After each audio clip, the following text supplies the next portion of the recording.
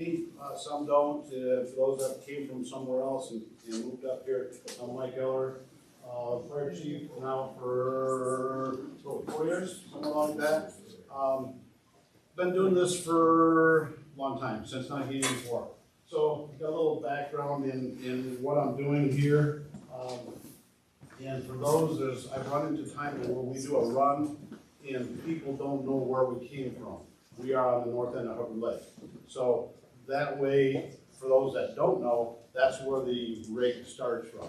But what I'm going to do is get myself on track on everything here and try to keep myself in order. Coffee, water, cookies are here. Bathrooms are somewhere that way. Then I'm going to point out the crew that works with me, or keeps me in line, I think. Josh Voida, my assistant chief. Tammy, my sister, but she's been on the department as long as me. She's secretary at this point. Way back at the window is Wayne Kaufman. He's EMT firefighter. Then we have Chris Solo, who's new to the department, firefighter 1 and 2, and is going through MFR class. Then we have a guy that was brought on recently, works for the DNR, Will Russo. He is firefighter 1 and 2. We have to get him medically trained. Justin Cook, he's been with me for how many years? 10 years. 10 years. Okay, you gotta remember, I don't hear well. EMT, firefighter, and I'll explain the EMT, MFR stuff as we go. And if I start talking fast, pull the string, I'll come back in. Who I missed? Oh, Steve Diamond, you've been here for 4 years. MFR, firefighter 1, 2, hazmat. The rest of the group are hazmat also.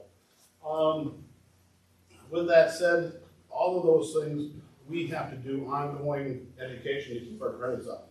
The state or the feds now have said with firefighting, we have to do certain things. So this volunteering for, we'll say nothing, is not nothing, because it takes a lot of time and effort to do what we do.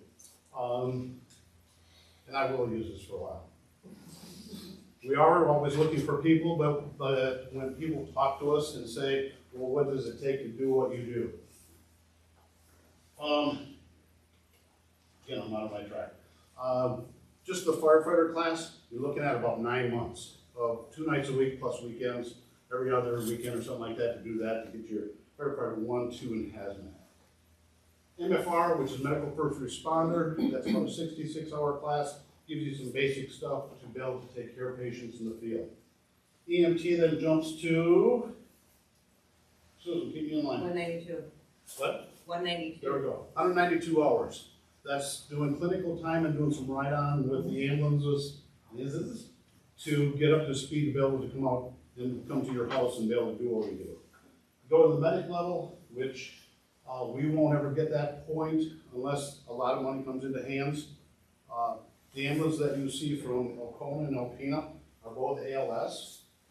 The time frame on them is almost 2 years.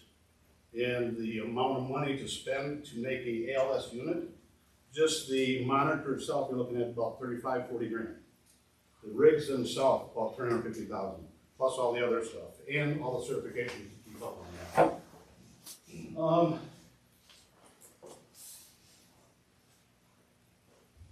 This particular department, we've had, since it started in 1946, 6 chiefs. Initially, they were on for only a couple years, and actually at one point I found some paperwork that they had chiefs that would rotate from one year to the next, and it was shared between 3. Then in 1967, a guy by the name of Wes Thiem, some of you may know, became chief and was chief until 2020, when, guess what, I got it. So here I am. We've been sharing the property since 1946 with the citizens.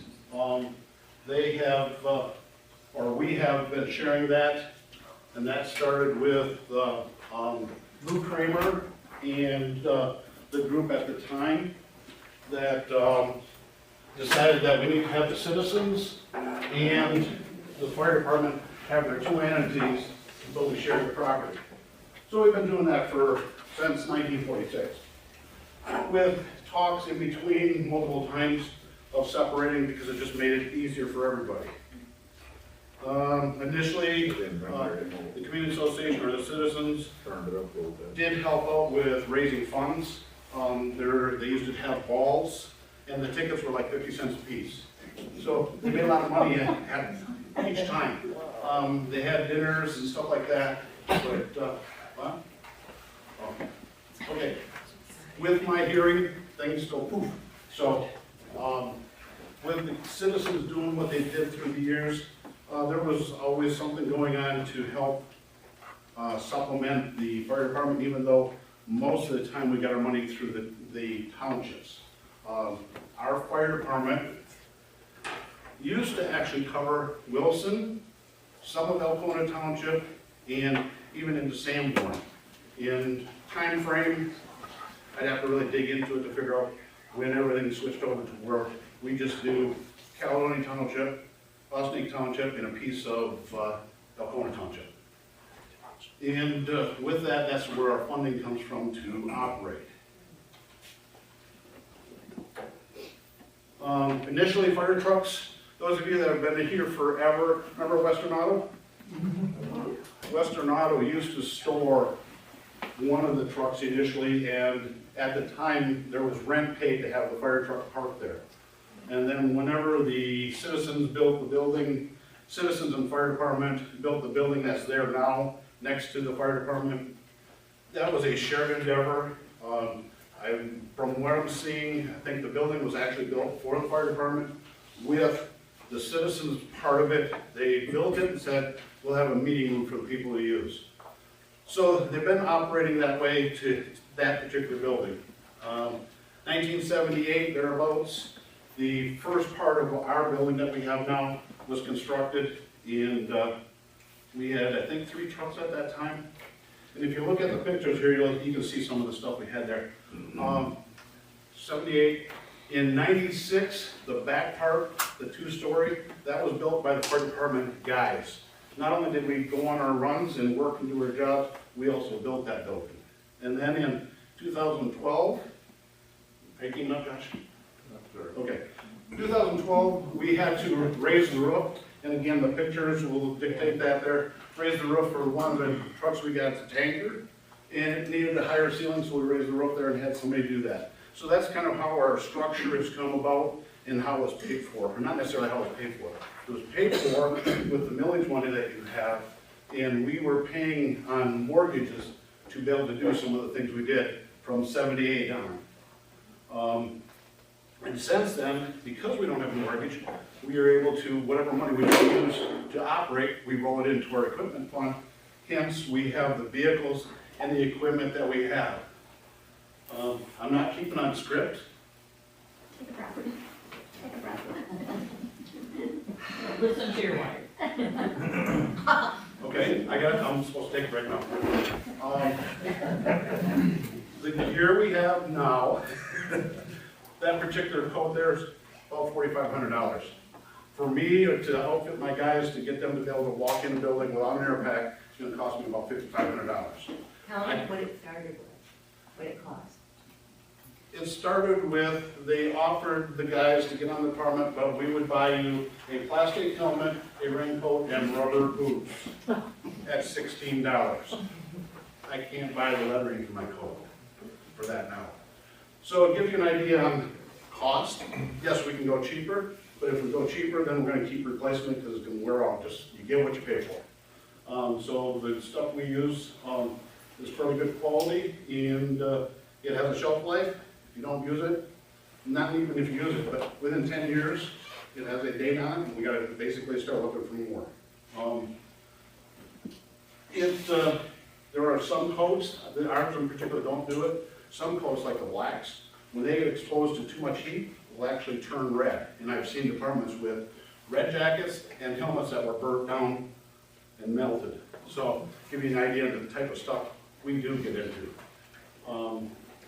There are times that with what we do, and Josh is a firefighter at the base, so he gets to play with all the toys, a lot of the government money stuff, and sees a lot of that. but we get into in situations where survival without the right gear is non-existent.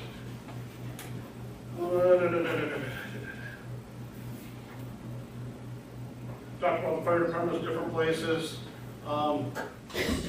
Money funding came from, most of our money comes from Caledonia and Ossineke Township, with a little bit from Alcona, because we cover the west side of Alcona Township along the lake, just before you get to the tube at the south end of the lake.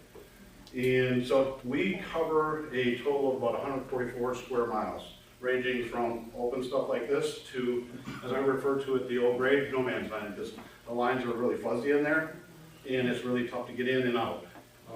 This last storm made it interesting for us, not only to get the people, but just having the power to be able to do some of the things we do. I'll make an introduction. Doing good. When's the intermission? Trucks, our equipment that we use, everyday equipment like that, this radio, $2,500. Every one of my guys has one. We buy that with the funding we get every year from the township monies. So your tax dollars, that's how we're able to get the stuff that we have. If we didn't have that, it makes it dangerous, and you wouldn't know there's some structures or some things wouldn't get saved because of that. Great for that. So for a second, so on the radios and stuff, we try to help out, spending a lot of wasted money, and there's a lot of deals that will come out where you can, fire department can buy one, the county will pay for one. So that saves us $2,500 if we were to buy 2 radios, you know what I mean? Usually Alcona does that once in a while, Alpena does that. And actually, So we're we've been waiting, trying to wait until we can buy radios like that. we're waiting on 2 right now. That's it? Huh? I thought I'd get an awful break.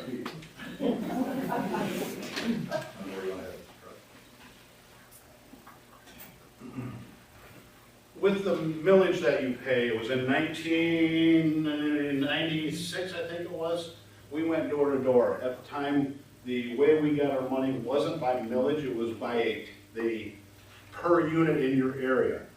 Say, he had a hut, and he had the Taj Mahal. They both paid $15 for fire protection.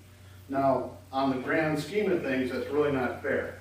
So then when they went to the tax appraisal type system, the way we're on now, then for your tent or whatever I put you in, you paid $20, and you at the Taj Mahal paid $200. But there, you have a bigger protection area or more valuable piece of stuff, and that's how most places are funded these days. And that's where, so that's helped us to get where we are. Now, with that said, the millage money that we take in, 42%? 52, I thought. What is it? Yeah, but you just 42, I think it is. 42. From Caledonia, is it 49, 48 from you guys? Okay, somewhere in that range is what I get for my operating money. The other percentage of that goes into a fund, and that's how we get the trucks that we have.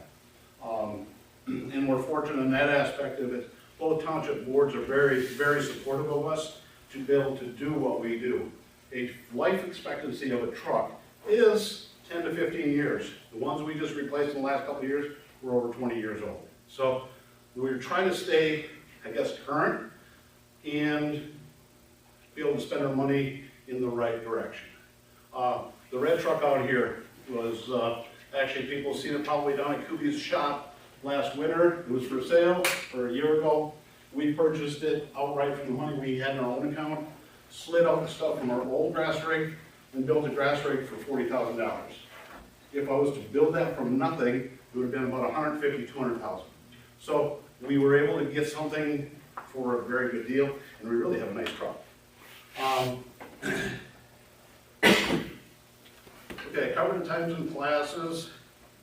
And I think, did I go over MFRs, medical first responder? Yeah. EMTs, emergency medical technicians, and then paramedic, pretty straightforward unless you see it, EMTA.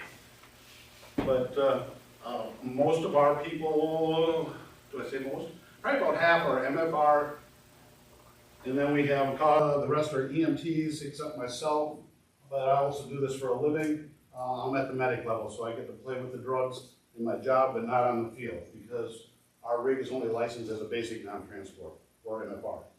So I have to stay within that realm. Rescue units, you're looking like the ambulances, 300, 400,000, because of the way they're put together and what we carry on them. I got page one covered? And then some. Next building. 78, the first real truck that I ran on, there's some pictures of it, was the cab over International. When you took off out of the fire hall, put your foot to the gas, by the time you hit the top of the hill, you're going 10 miles an hour. And that was only carrying 750 gallons of water. Now, the trucks we have, I've got one at 1,000, one at 1,800, one at 3,500, and the grass rig's got 350. The two new ones, What? gallons. Oh. Beer. Of water. The last two trucks that we have, they're built, they're our salesman, who actually has property in our coverage area, made sure that we had a big enough motor that we could do what we need to do. When we pull out of that building and climb that hill, we climb the hill. They don't spit, sputter, or nothing. So we make sure that we have the equipment to be able to get where we need to do. And some of you, wherever you are, may have those driveways where we dread going down, because our shiny truck, or for me, my toy, gets scratched because the driveways, and I get the driveways being what they are.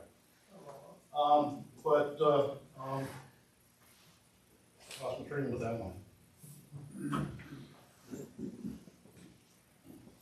First rescue was a station wagon, and they had that for about 3 years, I think. Does that sound about right, Jerry? You're nodding, or you're just agreeing with me, so I keep going. Okay. The station wagon was with us for a little while, and then just before I got out in '84, we got a GTE, the old GTE service vans, and we converted that and made it so that we could use it as a rescue. It was an interesting thing for the fact that once we put everything on it, it sat really low on the ground.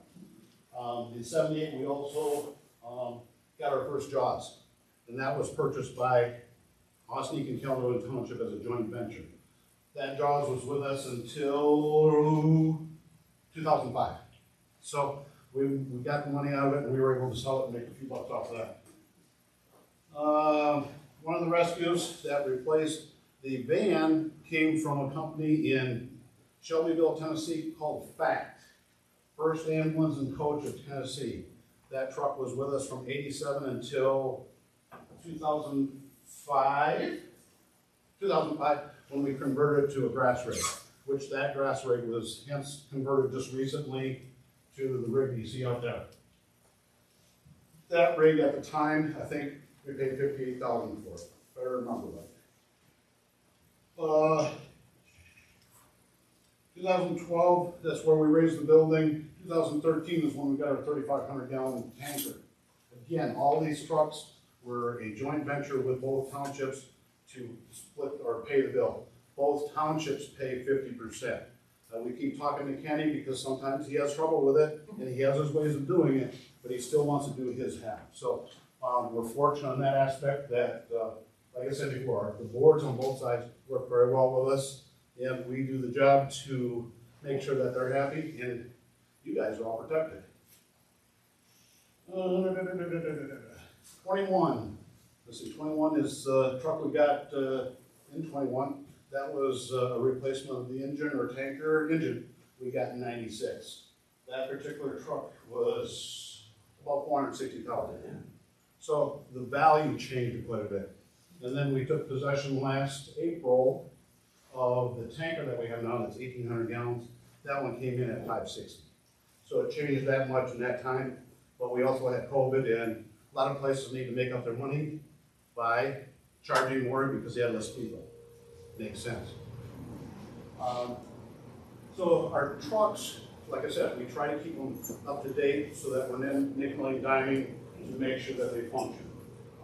The drawback I see with the new trucks for me is everything's going electronics. And for those that are around me, know what I think about electronics.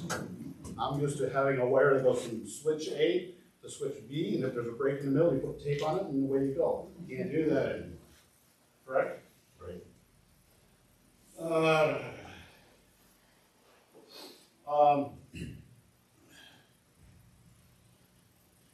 Somewhere, and I couldn't come up with the exact date, but late 80s, early 90s, we got AEDs. Everybody knows pretty much what an AED does, what it's for.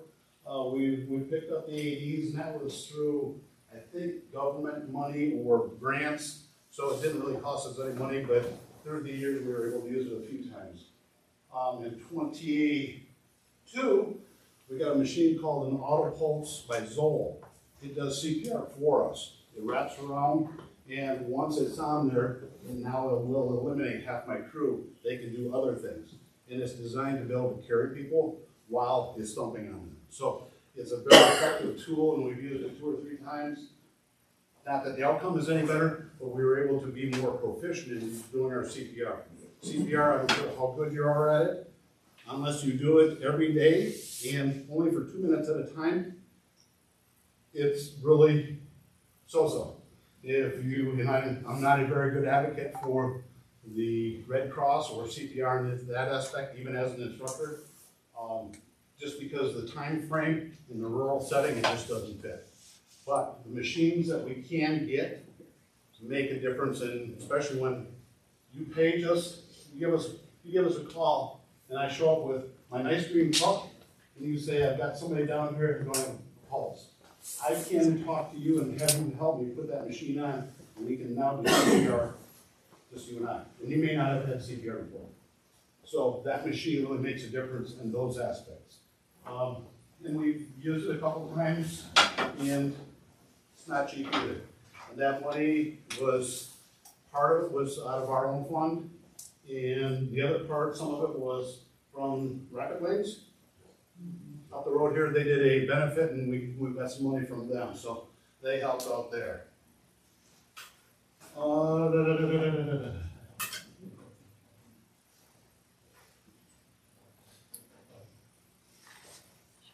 You're supposed to cut in while I'm thinking. Oh, ready? Very good. Okay. Ambulance-wise, depending on where you live is what's going to dictate where the ambulance comes from. On the Alpena side, you're going to see the ambulance come from Alpena. Minimum 20 to 30 minutes. Nothing we can do about it unless they happen to be already out here and got canceled. Alcona, 20 to 30 minutes, you're going to get an ambulance from F41 and 72. Or if that one's out, you're going to get a rig from Glenny. That's going to make that 20 to 30 minutes a little bit longer. Either way, you're getting an ALS unit. You're just sometimes not sure where it's going to go.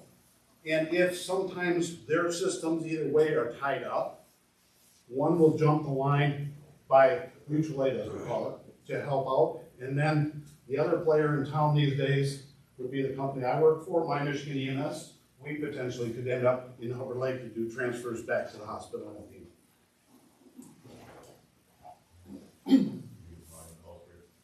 What? Volume calls. So in 1984, our total runs that we did that year was 91, and we've seen just a big increase. Last year we ran 278 calls, with 75 to 80% being medical of some sort. We see a lot of medicals. Those numbers are also some mutual aids for helping out Sanborn, Wilson, Oconee Township. I think we've had help over here and all that. And with that said, with the volume there, last year at this time we had 82, this year we're at 84. But it's always fluctuating. That's the way the beast is. But we have been seeing, and most systems are seeing that change or increase because of the way people are moving to the north.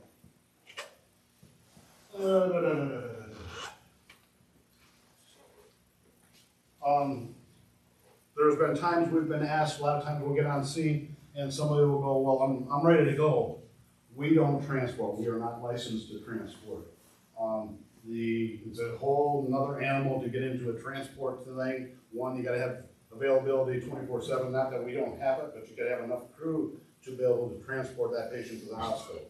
So we don't transport, we are designed though and built that if you're in a remote area and I need to get you out, I will get you out to an ambulance. But it's not licensed to do that. So it's a fuzzy place when we do that, but it makes a difference on how I get you out of the woods, say you're down. So, if you call us and we show up and just the green box shows up, or if somebody, one of my guys is close by, they may be in your house in 5 minutes. So there's always those variables to make a difference on how we're gonna show up. If we weren't here, you'd be looking at that 20 to 30 minutes for the first person to come in and talk to you. So a lot of times that makes a big difference. So the thinking of having the ambulance in the area, we've looked into it. Financially, it's not cost effective because both the ambulances are already established. And with the volume of runs for transport and with the way the system pays out, it's almost a losing battle unless you can do multiple runs every day or get into the transport stuff, which I do all over the state. There you can make some money. But on the side that we're on, we're not big enough to be able to do that. Most EMS systems, county run or not, are probably losing. And they just kind of run on an even keel or lose.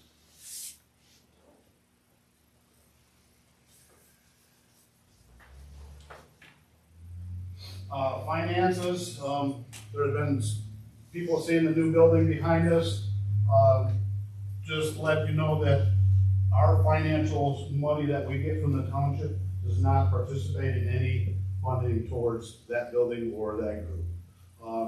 It's been that way for eons, and just so that if there's questions on that, we keep the money within our system to be able to function as we do.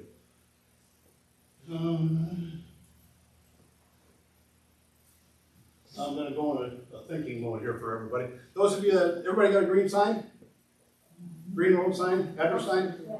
If you don't, it's up here. This one here happens to be, this is the one we use to get lost. We don't have no numbers on it. We have them, we build them, and typically we do on donation, but there is no charge for them. But if you want to give a donation, we're fine with that. But we will, there's a sheet here somewhere to sign up. There, sign your name on it. If you want it installed, we'll do it. If you don't, just let us know, give us the number, and we can get it to you. So those are available whenever. Usually it takes us about 2 to 3 days to get them built and either installed or handed over. I appreciate everybody having one. I appreciate everyone having one so we can find one. It definitely makes a difference because most people only put their numbers on the side the mailman comes from.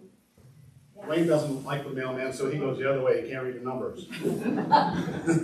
So having numbers like these, we have the number on both sides so we can see it both ways. They're reflective and you can see them, and it definitely makes a difference. Yes, sometimes you get places where it looks like a glowing cat down the road because of all of them lit up, but it makes a difference on how quick we can get there.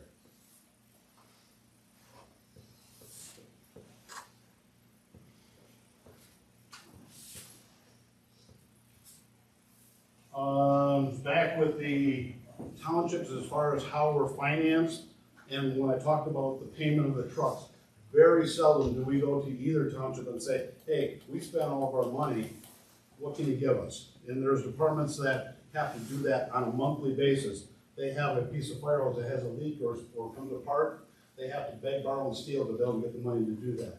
Again, we're fortunate we can, the way we're set up, I can go buy my piece of hose and I don't have to worry about Josh having a hose out there that's not gonna work right, or nozzles or anything like that. And no, there's nothing that we use is cheap.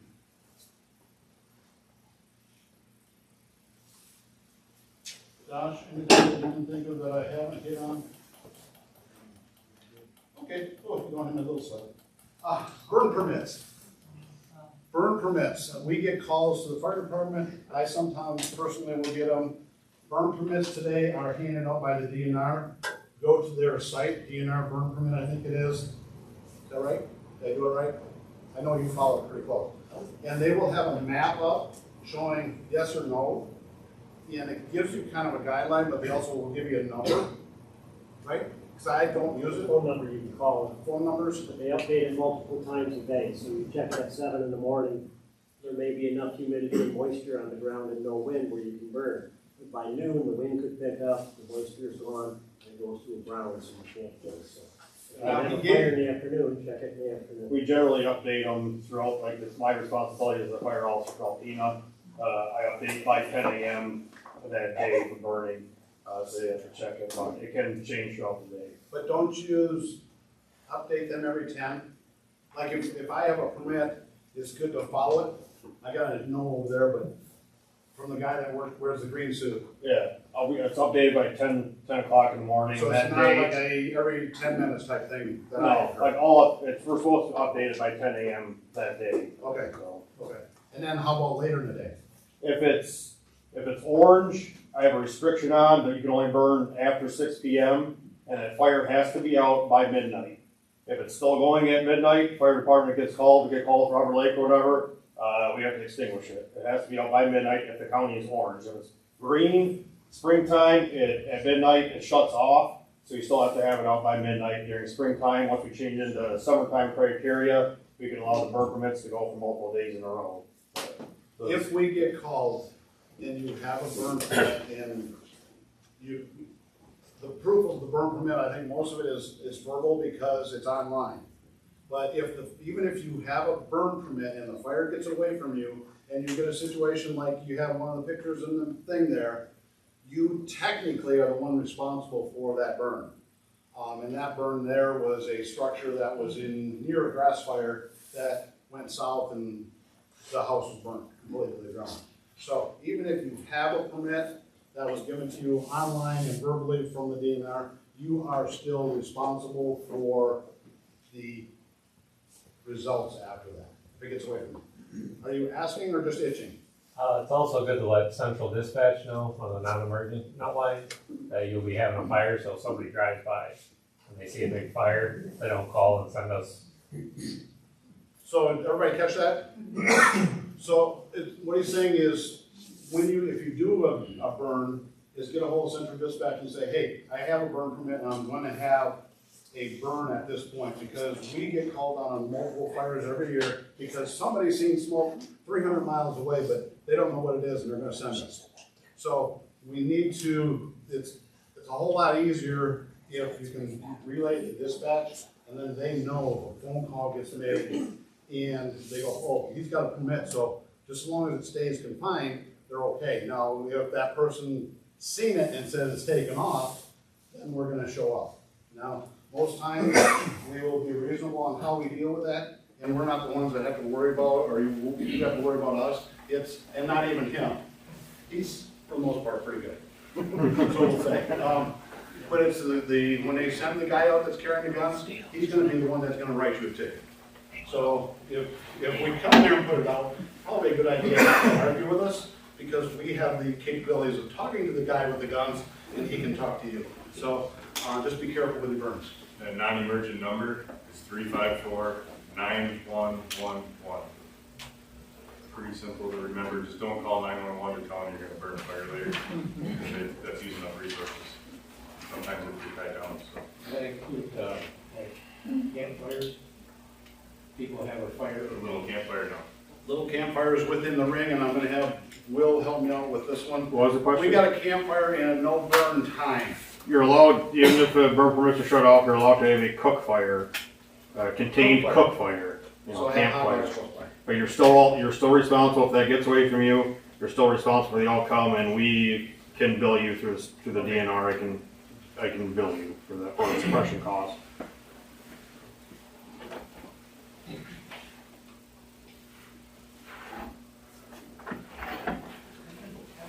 I think I'm covered everything. Okay. First, let me throw in there, if you live outside of our area, a lot of fire departments show up, and when they put a fire out, they're gonna charge you $500. Hubbard Lake doesn't do that. We don't, there's no charge when we show up, or medicals, fires, nothing from us. And with that said, it is something that we could do. Most insurance companies up to $500, you submit a bill for $500 for fire to pay us a bill, won't bat an eye. When it starts getting bigger, then they will. But we, again, we're fortunate in the way we operate that we can function and do what we need to do. And again, it's because of the support of the township boards and the people that are paying the millage to keep us functional. One of the things that I run into, and we've run into it through the years, is if you feel you really need to go to the hospital and you can't get there any other means, don't call because you think you're gonna get through the ER quicker.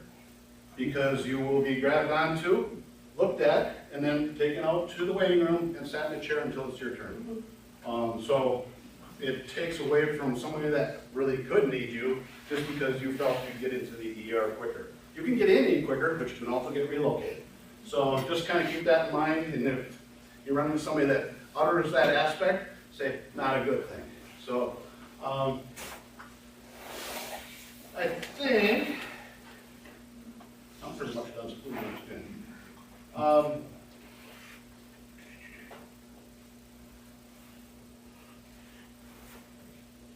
With the funds that we do, and this is gonna be probably my closeout unless there's something else that you can add to this, Josh. With what's going on and stuff like that, the fire department is still gonna function in the same manner that it has in the past. You call us, we're gonna show up. Financially, because we're tied with the townships, and they're the ones that we answer to financially, those are the people that govern us. So just as long as Kenny's happy, and the city's happy, and they're good, the fire department won't change in its operation. If we get somebody in there that doesn't play well, then we could run into problems. So, as Josh said, we don't charge when we come to your house. If we come to your house 3 times in one day, we don't charge. We might start getting testy, but we don't charge. Because there's so many times that we've been tied up for that purpose when something happened that somebody is really hurt, opposed to, I have a boo-boo. So with that, like I said, with the support of the townships and the people, we will continue functioning as we have in the past. Questions? Yeah, you do, new hire, somebody's coming up. Yep. Who pays for the training? Our fire department? Fire department pays for training. State doesn't help at all? State, well, I'll take that back a little bit. Once you're on board, there's a system called smoke. So buy all your fireworks, buy a lot of fireworks. This money from your fireworks helps that smoke fund. That smoke fund makes classes available for us to go to. They have a big roster of things. We can go all over the state. If Josh wants to go watch chicken wrestling and it's a training program, the state will pay for it if that happens to be the class that was funded that year. This year, the ice rescue that we just did in Hubbard Lake, you don't like chicken wrestling? My world. The ice rescue class that we did recently, we didn't get into the smoke. We were too late because there's so much time that you have to do it in. We ended up getting some help from Thunder Bay Area Firefighters Association, so they helped out offsetting the cost.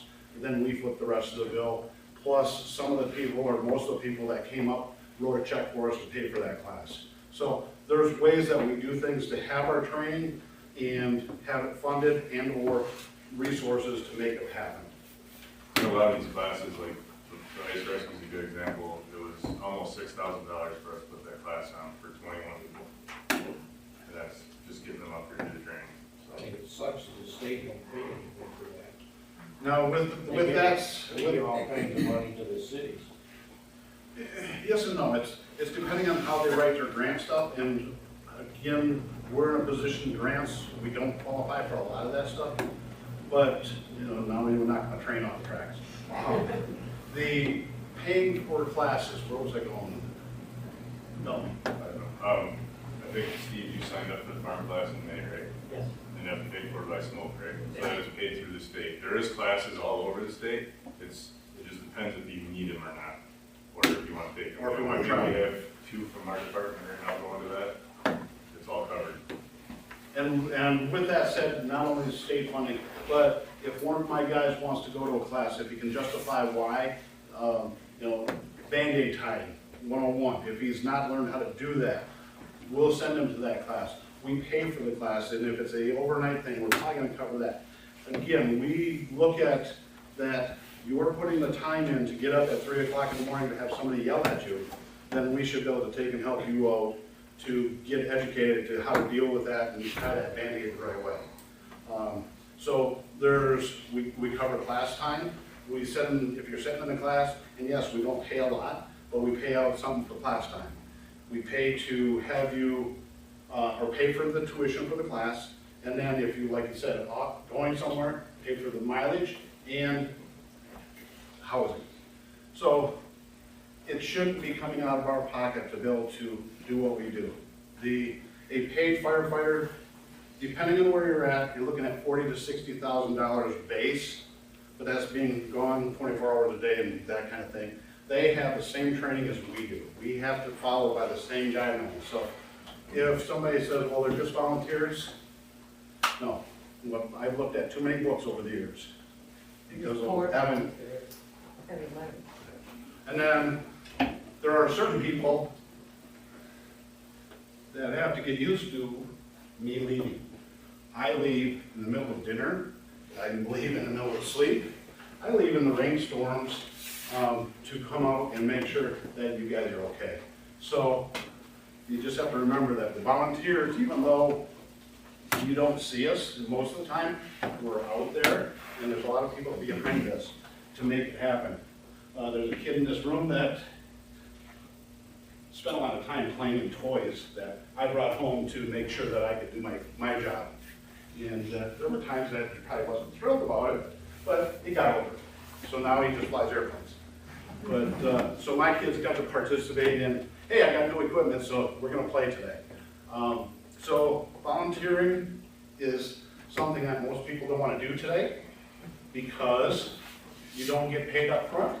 You probably don't get paid at all. And a lot of times when you get there, the people have said you should have been here yesterday before this happened. And they just stuck their finger out now.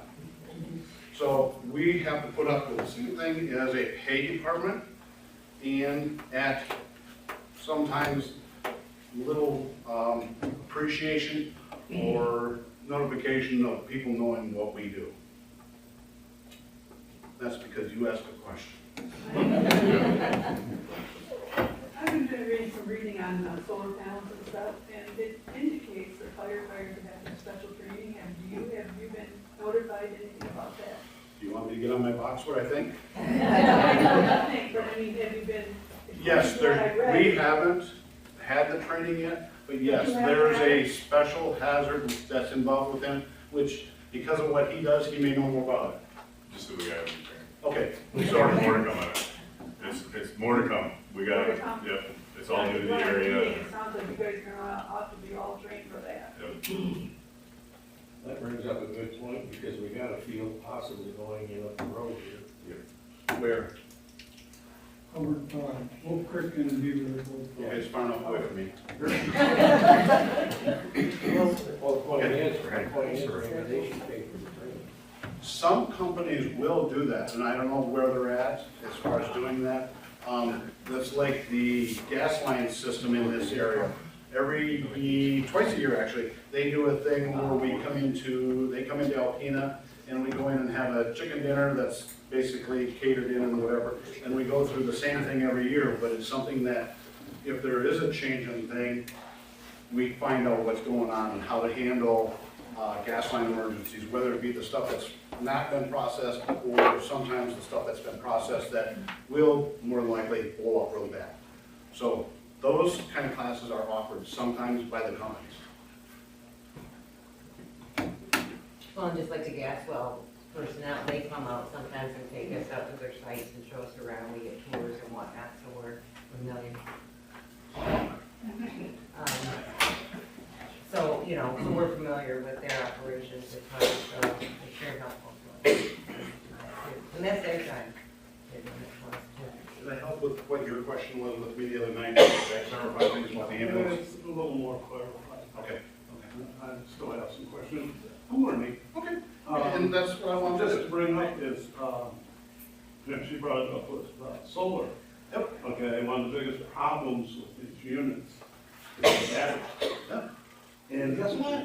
You got more and more cars out there with these funny little batteries in them. And with that said, those funny little batteries, we don't carry enough water to put them out. The only way to put one of those out is put it in a dumpster and drown it. Then when you do that, when the water runs out on the ground, now it's an EPA problem. So what do? You let there and watch the smoke go in the sky. Protect it, let it rip. Then you let the guys that are trained in putting it out show up. Which may be, who knows? I don't know, would you respond from the base? Yeah, The so, reason I pick on him with the base is because they're trained at a higher level with the hazmat stuff. We're just at awareness to kind of keep it stabilized until the techs get there and start doing their thing. as of right now, we're at the base, if we showed up out there, we're gonna do the same thing, we're gonna hook the chain out, we're gonna pull it off the road to get the roadway opened up. We're gonna protect the roadway, the grass, surrounding structures, whatever it is, and we're gonna call on the team, we're coming in, they're gonna do it. Yeah, but in somebody's garage, when these guys arrive. Yep, so when we arrive at like Hubbard Lake, we're gonna pull up and hopefully we get a chain around it and pull it out. That's the best we can do. And that way we do the same thing with a car that's gas, because we've done it before. Hook a chain on and make it out. Now with a gas car, potentially with the one truck I have, I can do 500 gallons a minute, that I can blast it out fairly quickly. But with that, electric, no, it ain't gonna happen. Yeah, and batteries are nasty. That phone stuff doesn't work on? Nope. That phone's also very hazardous. No, the PFAT one is AFFF. Class A foam at this point is Mr. Bubble. That's actually a good thing to bring up with the public lower. Go ahead. So the Class A foam is what we're using on our trucks. What we use now. You'll see us use foam on your houses, on a grass fire, your vehicles, that stuff is safe.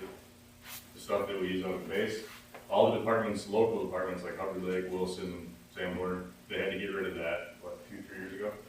It's been a while. So In there fact, is none of that left in-house, and now we only use the safe foam. So if you see us out there spraying foam, we're not using the bad stuff that everybody talks about. foam works a couple of ways. One, it makes it blanket so it can't get air. Two, it takes and dissipates heat. And three, it cools things. So it does 2 or 3 things for us. And if we've got something that's giving us a hard time, laying that layer of foam onto whatever is burning may suffocate it, take the heat out of it, and hopefully drip into it, and it will stay out. Keeps us from doing the rekindle, chase it again, and that's not uncommon with some of the construction of some of the homes, and then also the types of insulation that you have. Some homes, they're so tight, I've heard of guys, somebody went away for the weekend, came home, opened their door, the inside of their house is dripping. But that's all it did because it ran out of air and suffocated.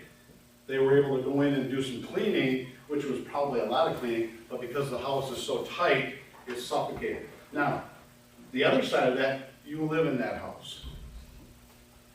So, there's the good and the bads of technology.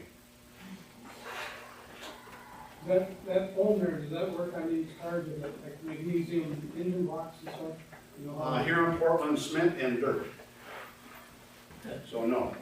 But there is a neat video up there of a guy, and he's got to be really seasoned to do this, because he's in the back of the trailer and hits the magnesium, and the magnesium flame comes back and hits him. And he jumps because it startles him, and then he fires it back up, because now we're gonna have some fun.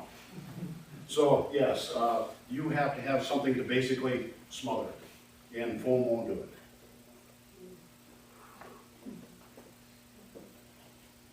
Yes? Since you stated earlier, building you have now is kind of piecemeal together, have you thought about maybe going down the road and building a new one? One ear works and the other one doesn't listen. Since you stated earlier that your fire department building is pieced together, have you thought about going down the road and maybe building a new one where Abbott's property is? Make it a little bit higher? As far, I mean, as taller building? Yeah. I really don't want a taller building. Newer standards? I don't like climbing stairs. But a new building, you know, you never know what could happen there. If there was a potential for a way to get rid of our building, maybe. Just an idea. There's always options. It's an idea. Anyone else? I'll try from this side. No? Anything that I missed? Besides I talked too fast? I will say on that station Well, we thing, have, go. I will say on the station thing, it would cost so much money for us to build a new station that it's not really worth it. Yeah, especially with the, well, our building is paid for and we own it. It doesn't cost us any money. So to build a new one, we would have to buy our own. Number one at the north end, number 2 at the south end, and number 3 on the east side. Are they interlinked or? Mutual aid. We are Caledonia and Ossineke Township on the north. The one on the east side is by Elkona Township, which is Elkona Township there, Black River, and in the Ross Lake Woods, which I'm not sure if they have personnel in there now. A couple years ago, they pulled it out, so they didn't have anybody there. So they're Elkona Township, and South Shore at one time was just a brigade. I think they're trained up to firefighters, but they're private, similar to the way we operate. Yeah, but we do work together on the mutual aid aspect of, hey, things are going ugly here, I need extra hands, I need extra water. Good example of that was just recently at the, Amish sawmill fire. By the time we got all the tankers on scene and all the trucks filled, we didn't run out of water except for maybe the initial attack, and I'm not sure, Steve, you were there right away. Did we run out? It was very close. So once we did that, we had tankers coming from Green, Wilson, the base, plus our tankers and Sanborn's, and it was Sanborn's fire. I had 12,000, 15,000 gallons of water sitting on the ground. All the trucks were full, we never ran out of water. So, which made a big difference in keeping that building from burning into the new building that burned 2 years ago. So, mutual aid is what we rely on to go in different areas. And for you, the question is, each one is their own entity. It's not any different than Wilson on King Settlement Road, Green on 65. We will occasionally work with them on the mutual aid level. Okay, I understand mutual aid. I mean, it's prevalent even down below. Okay. Okay. I'm here, this was an information, I'm trying to get information, I'm not picking on anybody. No, I'm fine. But it sounds like somebody has already separated Hubbard Lake Fire Department from Hubbard Lake. I'm not sure I get it. From the existing entity it is. The existing entity, as far as with the citizens, there is a process of, C3, C4, how is that? say, well, Your C3, your C4, who's in charge, who's responsible for your liability? because I'm private, I am. We cover our own insurance from our money through the townships. The townships, both townships don't want the headache of operating a fire service because it is a headache. So they hand me a check, and then I write a check to the people that I pay for insurance and liability. Okay, you've got more than one truck on the road. We have 6. We have 6 But trucks. you have more than one truck on the road at any given time, does it more? Yes. Okay. I'm just trying to figure out how things work. Go ahead. There's an accident. Yep. And people don't pay attention to sirens or flashers, so. Nope. Who's liable As if far that as, gets into court? if it gets into court, that's why we have insurance to cover our butt And that insurance is paid by the money you're given from the townships. from the town? Yes, and that's one of the negative things about us being private. We don't have some of the protections that a municipal township or county-run one would have. So they can have things happen and they have a bigger, we'll say maybe a bigger checkbook to have to cover that liability.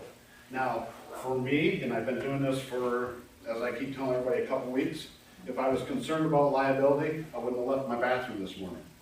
So, the business that I'm in, liability, yes, I have to be concerned about it, but if I live by what liability is, I can fall down right now in front of one of yous and say I fell on Jack, and I'm picking the Jack because I know him.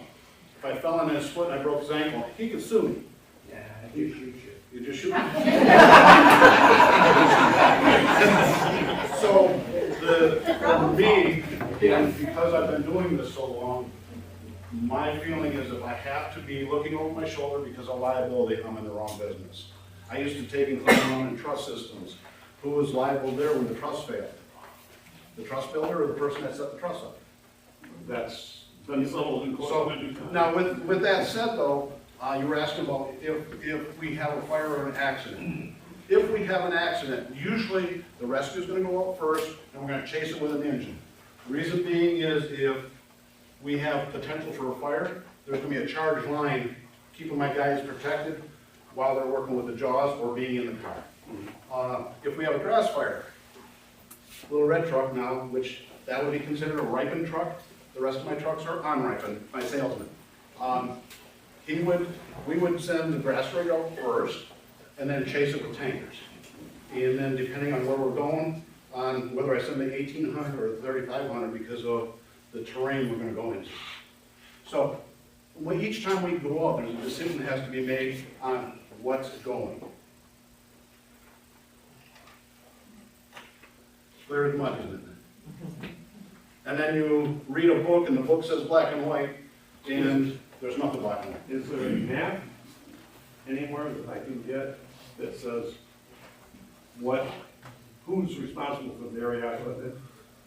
I don't have one. You could get one. You live in Alcona County. You probably could get an Alcona map. And Cindy, could you help me with that? No, yes, maybe? What's that? The A Alcona map? Alcona County map that shows, actually would show the townships. And then you just have to figure out. I'm in Alcona Township. You're in Alcona Township. Yeah. So then your fire coverage technically should be the station on the other side of the lake. Technically. But because we can get there quicker, that's why I cover you. Yes, because, and another reason besides distance is when the pager goes off, I have 11 guys. They have near that department, 1.5 right now. And the rest of theirs come from Black River or somewhere farther. And we've been being paid that way for, Josh has been on for 6 years, so it's, no, Josh has been with me, how long? 6.5. Almost how many? 14. So, it's been that way forever that we've been being funded, and then from the Alcona Township for that small area we do. And there were a few years ago, there were some people down there wanting to say, oh no. I don't understand what we're changing. You're not. Nothing's changing as far as our coverage area. You live in Alcona Township. Yeah. Okay, technically, if you live in Alcona Township, you should be covered by Alcona Township. Okay? I understand. So, but because the distance to go around, we can get there quicker. One, because we're closer. Two, because we have more people available to get to you quicker. Now, You're a bigger station. I would say more active. How's that? Yeah. Because their department, their rosters, I think at times up to 30 people. I think I had something written in there I didn't touch. Ideally, I grew up having our department at about 15 members, and that was a good number. It just worked well with us. Right now we're at 11, and that's working. But we've been down to about 8. That gets to be where it's a little scary because then you have to participate a lot. We did 278 runs last year. I probably was on 150. Yes, to me. You live with me, so. I don't keep track. And it varies. You're not required to respond. It's your call on coming up, okay? So there have been nights, and again, my 2.5 weeks of being on, occasionally I will flick it off, but I also get up at 4 in the morning to go to work. When I was younger, I used to get up and spend my night out playing with the fire and then go to work. So it's variable on what you're gonna see, even though my roster is 11, on what you're gonna get. Now, there's some people that say, well, on a medical, you should restrict who comes to it. I don't, because one, it'd be a scheduling nightmare, and two, because we're volunteers, we have other things to do besides come out and do this. Not that we don't enjoy it, and for whatever reason, I would do this for nothing. So, So correct me if I'm wrong. but, I'm trying to understand. no, I'm just, I know, I'm not blaming anyone at all. But basically, nothing's changing from the way it is. as far as the way I cover you, or as far as my footprint No, to as cover far as anybody, anything. as far as the fire protection, nothing's changing. It sounds like a politician. And Sorry about that. and with that said, I'm getting better with it, so let's go. Apparently something's changed. We're having a meeting. to Okay, explain. so here's what the deal is. I There's don't stuff I'm hearing in the neighborhood in regards to the new building that's there. Now, whether you were planted here or not, and now you're gonna push my button. I'm not pushing you. Okay, yes, you I'm are. asking a question. And I'm gonna tell you what this meeting is about. There's been stuff said about me personally, about things that supposedly I've done. People call me names, which you can call me all names you want, because I'll throw them back at you. But I wanted this meeting to educate people on how we function. What happens with the building and the way things are there, that's a whole different thing, whole different meeting, whole different problem. As far as the way I operate as a fire department, that will stay the same. I understand what you're saying. and Okay. I do not disagree with you. So did I answer your question though? No, but Let me try to- apparently there is some sort of change Um, going on, and I right- don't know what it is. Right now, the fire department itself, and me and Mike are kind of sitting on the meetings, are meeting with the Hubbard Lake Association. We're meeting right now, nothing's been set in stone, and like Mike said, that's not why we called this meeting to order. We've been approached that some of our money was going, the taxpayers' money from Cindy or Ossineke and Caledonia was getting used for that building. That's not true at all. You guys are, like I said, it wasn't You have to answer the people who's dealing with the building should be answering, or should be, if it's turned over to them, answering that. And every time I talk to anybody, they tell me that that's all donated money for that facility. The red building, the big tall red building, the fire department, that's ours. The red building next door, if you really wanna follow it back to 1946, it's probably a shared building. The big building in the back, that is the Citizens or Community Association. That's the only thing that's really changed on that piece of dirt. Okay. As far And as, everything else, as far as how it operates and how the reports are done, is staying the same. in the aspect of the fire department or between us. Between everybody, As far as I'm concerned, and the fire department's concerned, the people I answer to are him and her in the back. okay? And through the years, let's go back 20 years, that's when we had some input from that group.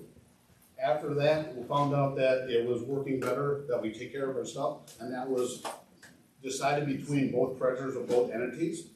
And since then, we basically have been taking care of our things, they take care of theirs. Now, if you wanna start throwing the stones, you're saying that, You don't want to get into, I don't want, you don't have a big growl. no, I don't, but I wanna educate you. Well, no, you So- educate me by telling me in a civil manner. Okay, so you feel it's okay for me to use tax money to pay their insurance? No, Okay, that's what I'm trying to get away from. and you're saying that's happening. We're in the process. That. Okay. They're You say things are being said about We're it, like- that's a liability. Like I said, we're negotiating stuff right now. We have nothing set in stone. You agree? There's nothing. Nothing set in stone. So nothing's changed, basically, and we've been informed as to, basically, which has been a great help to me, how the coverage works for the fire department and rescue and whatever. And I that's, got one more question I'd like. okay, let me add to that and I'll let you go. And that's why I had this meeting tonight, is to educate the people, and I talked with you the other night and saying, come to this and we'll talk about how we do what we do. Part of that, having this meeting was because of the stuff I was hearing in the background, as I stated, being accused of things and stuff like that. And again, going back to the politician, yes, that's part of being a politician. But that's not why I'm here. I'm here to educate you on how the fire department functions and how we'll continue to function. Can anybody tell me what the little red, And the ones that runs around here saying stuff. That would be somebody, Turner Fire. somebody bought an ambulance, whether they bought it on auction or whatever, or he may have been on the department and said, hey, I'm retiring, can I buy this from you? That's how it is. Now, for a It's while, also illegal for them to have that. and again, that's not me, That's the so, police department. yeah. But the grass rig that we used to have, he purchased it. It's still green, but it doesn't have any lettering on it. Right. So, yes, he is technically wrong, but He's not that little wrong until you. no, he's most of the time right.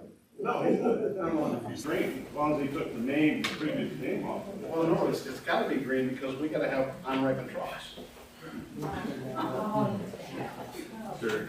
Any other questions about how the fire department operates? So we did a good job explaining. One simple question. Simple. Your radios are, I got a camp down in the old grade, how far does you get communication? Yes? Maybe? No. Okay, with that said, it's better probably than your cell phone, but it's way better than the high band we used to have. And now when I say that, I'm gonna go to another area, that high band probably worked way better than I had with my 800 now. No system is 100%. My 800 is probably gonna be better in the grade, probably, but I don't have to move so far to get it. There were times, you know, I mentioned Wes here, for those of you that didn't know him, he was the chief here forever, my uncle, and everybody else knew him. There were times he was the other end of the truck and I'm talking to him on the radio, and I can see him. He's holding this radio, watching me talk, and he couldn't hear me. So, radio systems, this radio here, if I'm in Detroit and I call Josh, I can hit him. I can get him. High band, I never could do that because 800 bounces from tower to tower. There's a system on how it works, and we can talk all over the place. At work, we use the 800 all the time, and unless I get way over on the west side of UP, I can still talk back here. Those are more or less like a cell signal? You know, or- It's, well, I mean, it's not like a regular walkie-talkie. No, it uses repeaters. It uses repeaters on towers. and stuff like that. Okay. What, you, I was just telling, it uses repeaters on towers. There is one on the other side of Hubbard Lake on the west side. So the old grade does have decent service. There are some random dead spots though, like Hubbard Lake Road, just north of Scott. We'll all hear beeps as we drive through there as we lose service for a very short period of time. And a few other random spots around. I haven't seen anywhere down the old grade. I don't know about north and south off of it where we actually lose service for any length of time or any big area. and with that, you were talking about the tower that's closer to us, there's one on the current side. One of the guys that used to be on the department's got a camp in the Consolidated, he bounces off that tower. Same thing with his cell phone, he bounces off that cell tower. So, Yeah, we get good cell phones, there's no spots in. right, it's like anything else. Hope you- Anything else? Mike, I got a question that makes sense, you're talking about the old grade. You know where our camp is, but if we called for a fire, for the rescue fire department, whatever, how do we tell you our location then? Recently, we were assigned, and because of taxes, we had to have the name of our road. Okay. And it got named Twin Creek Road, so that's what the guy behind us thought was a good name for it. Queen Creek? Twin Creek, because there's two creeks that run through it, so it's twin. Well, Okay, so how would I tell if you have contact on the phone, and I'll explain it and I'll tell you. For you, probably the best thing would be to do, and I'm not sure I can do it, is ping your phone. There's a button on it to push it for getting coordinates. Send that coordinate to the dispatch. Gotcha. With that said, Wayne in the back there went to a four-wheeler fire this week or last week that it took him up Frucci Ranch Road. Those of you that know Frucci Ranch Road? Well, initially it didn't get quite that far, but by the time he found it, he was at the very end of it. It was 5 miles off. What they did is they pinged it where they got a signal and not where they were. So make sure you stay put. Same thing, you're in a boat in Lake Huron and it's drifting into Canada. The minute you shut that phone off, they're tracking you. The minute you shut that phone off, they've now lost you. If you can get a signal back, they're gonna ping off as something else and mark you as a different ID. So if you get up lost in the big water, keep your phone up and make sure that you can ping them at that point and kind of give them an idea on what direction you are in talking. Is there a, No, because the front camp had one address, There's a way in but when it. they renamed the road, he got a complete different address, and if we told him 5550 Twin Creek, he's gonna have absolutely no idea what Twin Creek Road is. It's on absolutely nothing except our tax statement. Put a green sign out there with a number at your intersection and say, give me, if you've got somebody to talk to, say, we have the number out there and it's in the grade.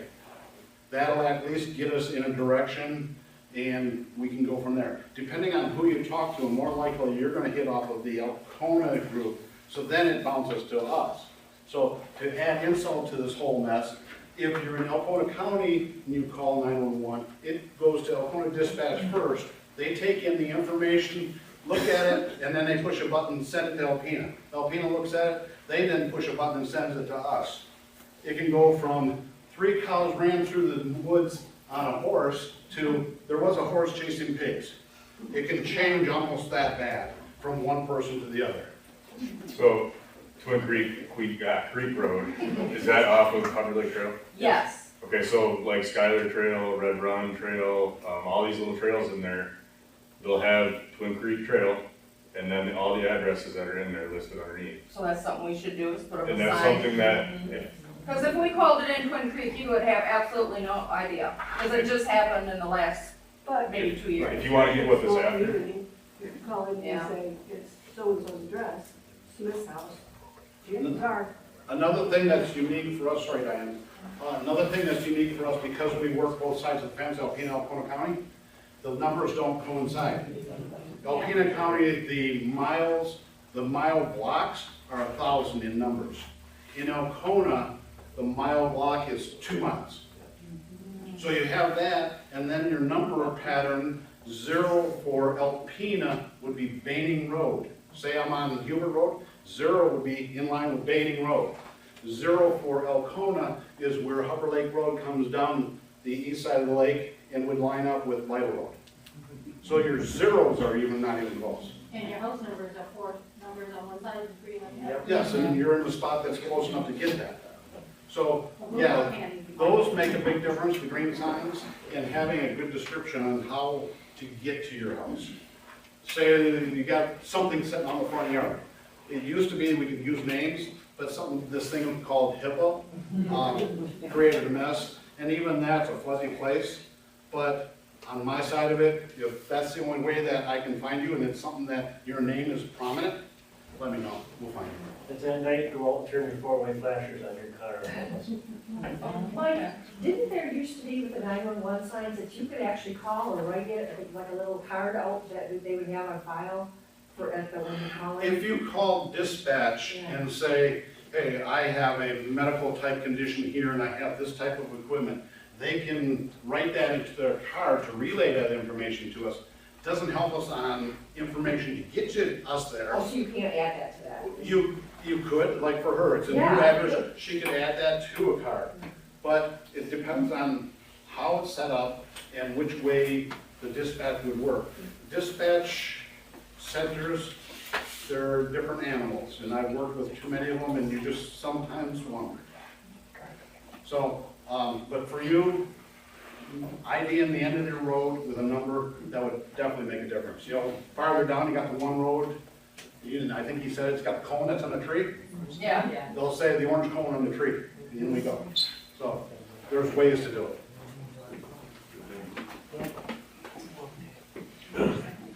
Yes? Are you guys gonna drill a well down? A separate well? Don't know, that's part of our negotiation stuff, whether we're gonna do a well or what we're gonna do. Another different meeting. Well, it was brought up at the township meeting last time, and they highly advised that you guys should go ahead and drill one. Gotta find out who's gonna write the check. You know, we were talking about how money's spent, so we're waiting to see. Come to the next township meeting. What's that? Come to the next township meeting and bring it up and discuss it. Absolutely. Some of us work those hours. And my hours are variable, I don't sometimes know when I get home, ask the person that came with me. And my hours are gonna change here soon, that I will be getting home even later. Any other questions? You have a question? Nope, I have a comment. No. Yes, you. Thank you, all of you guys. You do a wonderful job. I'm very proud of what you do and how you take care of all of us. Thank you.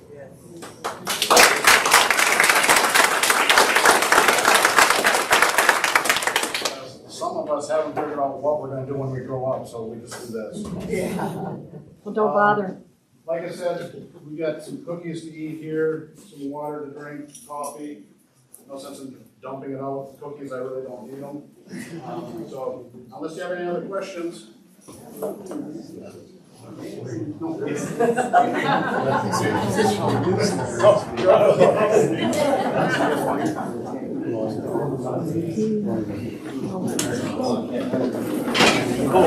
If you're on your board.